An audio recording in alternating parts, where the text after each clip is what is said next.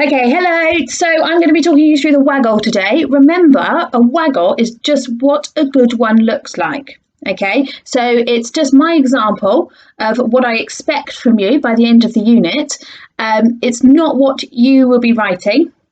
Okay, so it's a different subject along the lines of what we're doing. It is a persuasive piece of writing, and I've chosen to persuade people why tigers shouldn't be kept in captivity.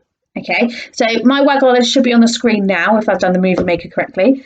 So I'm going to read it to you like we would normally do in class. Look at the structure of the WAGOLL.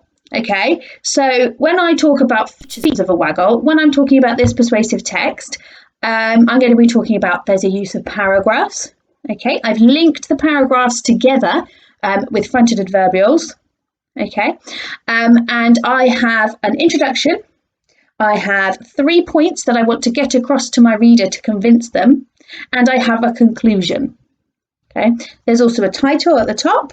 Okay, and I've left it as a rhetorical question. Okay, I've left it as a question to hook the reader in. I've also put a couple of pictures to try and get some emotion out of the reader. Okay, it's very emotive. I've used some emotive language. Okay, I've used the fronted adverbials that I've talked about in our unit, this unit that you're going to be learning about. I've used facts. Okay, it's all well and good telling someone how you feel about something, okay, and try to convince them that way, but you need to give them the facts as well, okay, to try and convince them. So I'm really trying to persuade someone that tigers should not be kept in captivity, okay, and that it should become law that they should not be kept in captivity. So I'm doing this through this piece of writing, okay. I'm going to read it through now, and then I'll talk to you about some of the other features that you might see, okay. So why shouldn't tigers be kept in captivity? There are 1,000 tigers currently kept in captivity in the United States. They are kept as pets in the home and as attractions in zoos. This number has been growing steadily since the 1900s. There are now 25,000 kept altogether in the world and only 4,000 left in their natural habitat. However, a century ago, there were 100,000 in their natural habitat. This is a staggering fall of 96,000. Like me, you probably find this shocking and disturbing, as tigers are native to lands such as Asia, Russia, Siberia, and northeastern China. I'm going to explain reasons why I believe so strongly that tigers are being damaged by living in captivity. Firstly, in the wild, tigers roam for hundreds of miles. They learn to hunt for their own food, socialise, and exercise. In captivity, they are often kept in cages no wider than 5 meters. They cannot hunt, run, jump, or socialise properly. They are given all of their own food and become complacent and develop attributes not within their nature. You may think that this is a pleasant existence, to be given all your own food and not have to bother with hunting. But for tigers, it is the opposite. Hunting is part of their nature, and without it, they become more violent and dangerous to humans. Denying tigers their basic instinct is cruel and unusual punishment. You wouldn't do that to a human, dog, or cat, so why a tiger? Following on from that point, breeding tigers in captivity may be seen as conservation, but it is not. Many breeders believe that they are protecting tigers by breeding more of them. However, in order to protect tigers, they need to be bred in the wild so that they can live out their natural lives in their natural habitat. As with many other animals, tigers have a shorter lifespan when kept in captivity, as although they have proper medical care, they are not in their natural habitat. Many breeders also use the excuse that tigers are endangered, so they are keeping them safe by keeping them in cages. This is a deplorable excuse for being inhumane towards animals. In conclusion, any animal lives a better, more productive life in their natural habitat. Tigers are born free and should remain that way.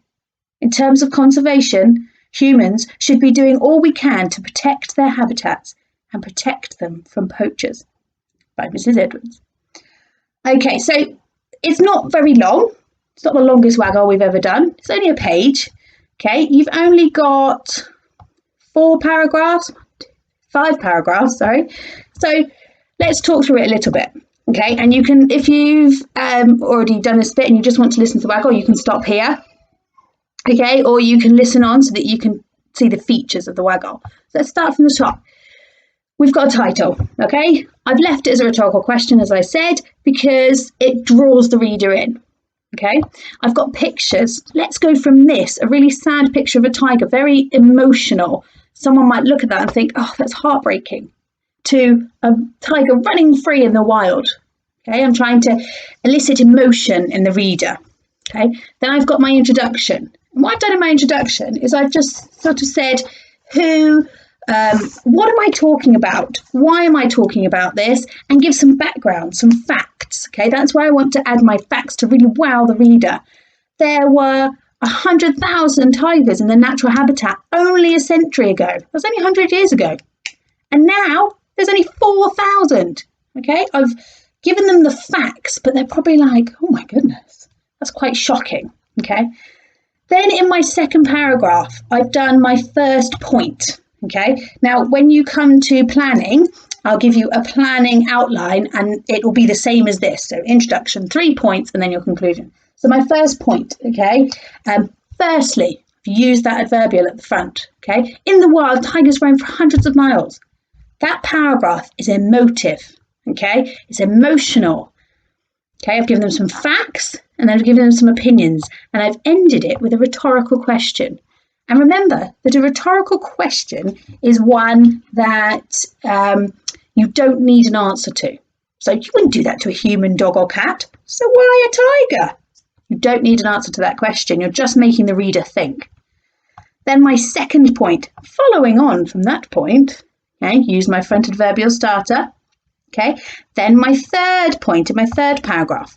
And I've started again with a front adverbial. As with many other animals, tigers have a shorter lifespan. Okay, it's a bit of a shorter paragraph. You don't want to overload the reader. Okay, and then your last paragraph is your conclusion. So I've started mine with in conclusion. Okay, there's lots of different sentence starters you could start that with, and we've done that before.